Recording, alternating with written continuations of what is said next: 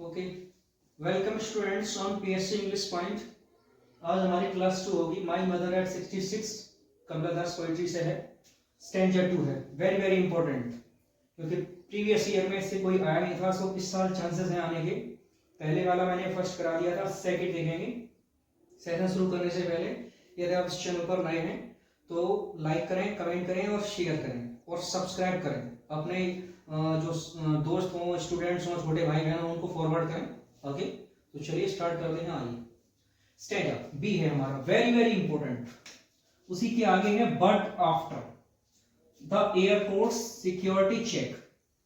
जो पोएटेस होती है यानी कवित्री होती है, वो अपनी मां से मिलने के बाद कोचिन लौट रही होती है, तो उसके बाद क्या होता है, एयरपोर्ट्स पर यानी हवाई अड्डे पर सिक्योरिटी चेक के बाद क्या होता है, standing a few yards away, वो अपनी मां से कितनी दूर खड़ी हुई है, कुछ फ्यू यार्ड्स दूर खड़ी हुई है। I looked again at her, मैंने अपनी मां को क्या किया, दोबारा अपनी मां को दोबारा देखा। क्या देखा, वेन पेल, अर्थात उनका पीला पड़ा हुआ, मुरझाया हुआ चेहरा देखा।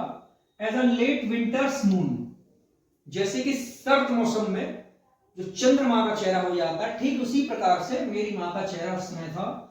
And felt that old familiar एक, और मैंने तुरंत महसूस किया क्या, दैट ओल्ड फेमिलियर एक, यानी एक पुराना जो है पुराना जाने जाने वाला जो है एक दर्द, जाना माना जिसे कहते हैं। माई चाइल्डहुड फियर, मेरे बचपन का डर था। वो क्या था, मेरी मां को खो देने का, ultimate death of my mother.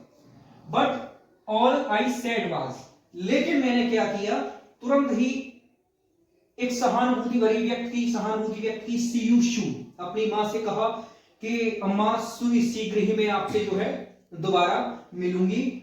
लेकिन मिलूंगी क्यों, क्योंकि अब उसे डर था कि कहीं मेरी मां आप कहीं मर ना जाए, इसलिए। All I did was smile and smile and smile, और वो अपनी मां से मुस्काई और मुस्काई और मुस्काती रही, और उसने कहा कि मैं शीघ्र ही आपसे दोबारा मिलूंगी। क्यों मिलूंगी, क्योंकि अब की बार उस लेखिका को क्या था, यानी ऑथरेस जो थी पोएटेस, उसको डर था अपनी मां को अल्टीमेट खो देने का।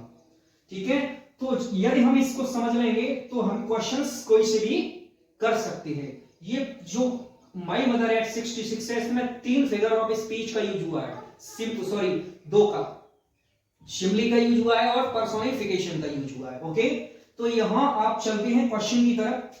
फर्स्ट क्वेश्चन हमारा क्या है, ये what did the poet do after the security check.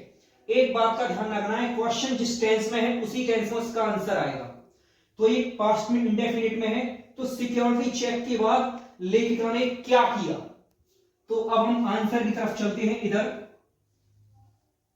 Answer 1। Okay, तो आफ्टर द सिक्योरिटी चेक, सीधा सीधा लिखेंगे यहां पर, after the SECURIT security check, after the security check लेखिका ने क्या किया, द पोइट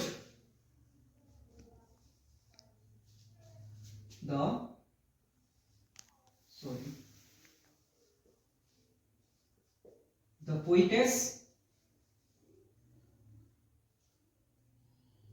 stood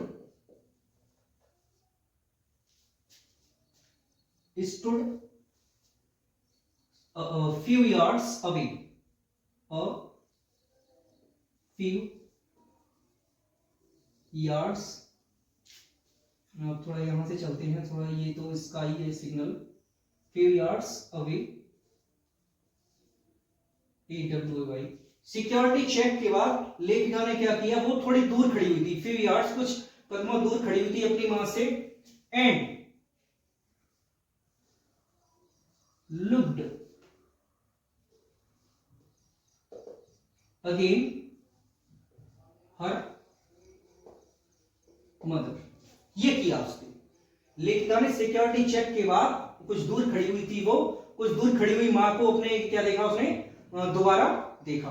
तो जब ये समझ में आ जाएगा तो आंसर हमारे क्लियर होते जाएंगे। ओके, सेकंड चलते हैं, what is a childhood fear, लेखिका का बचपन का डर क्या था, उसकी अपनी मां को खो देने का डर था। तो हम सेकंड आंसर यहां से लिख देता हूं मैं, जगह ना होने के अभाव में। Answer to the fear of ageing and ultimate death.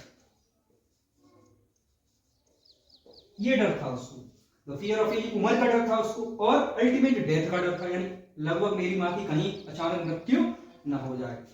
अब हमारा तीसरा क्वेश्चन मैंने लिखा नहीं है, ये अलग से है, इसी चैप्टर से है, लेकिन अब हमारा जो तीसरा जो क्वेश्चन बनेगा वो यहां से बनेगा। एज ए विंटर्स मून, लेखिका ने अपनी मां का चेहरा किससे कंपेयर किया है? मून से कंपेयर किया है। तो आप इसमें क्या बताना होगा?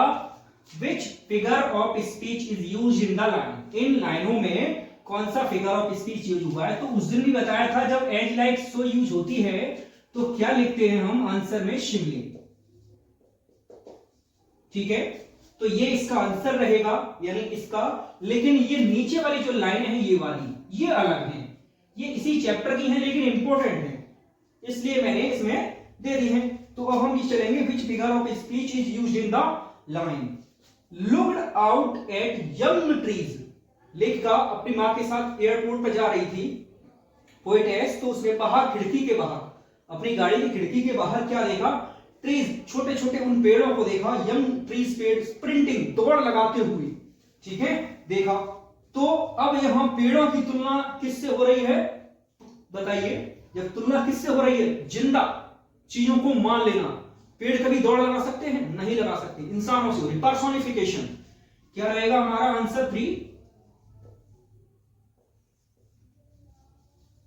पर्सोनिफिकेशन, ये रहेगा। हिंदी बोले तो मानवीकरण, जब निर्जीव चीजों को जिंदा मान करके उनकी तुलना की जाती है तो वो मानवीकरण होता है, पर्सोनिफिकेशन आता है। ये हमारा पर्सोनिफिकेशन है। दो फिगर ऑफ स्पीच केवल शिमली है और दूसरा पर्सोनिफिकेशन है। एज लाइक सो यूज होती है तो शिमली होता है, और बाकी पर्सोनिफिकेशन होता है, जिंदा चीजों को निर्जीव वस्तुओं को सजीव से तुलना की जाती है जब रहता हमारा पर्सोनिफिकेशन। तो उम्मीद करता हूं ये आपको क्लियर हुआ होगा अच्छे से। पहला वाला आपने रीड कर लिया होगा, पढ़ लिया होगा, समझे, केवल इनको समझने के लिए, याद नहीं किया है। टीचर कौन से लर्न कराते हैं? लर्न नहीं करने, हमें केवल अपना समझना है, थ्योरी समझनी है इसकी। ओके, तो अगला हमारा जो टॉपिक है वो हमारा सेकंड चैप्टर से रहेगा, और वो भी इंपॉर्टेंट है। इसका माय मदर एट 66 का सेंट्रल आइडिया तैयार करें, वेरी वेरी इंपॉर्टेंट। ओके, आप चाहे स्क्रीनशॉट ले सकते हैं। Okay, thank you.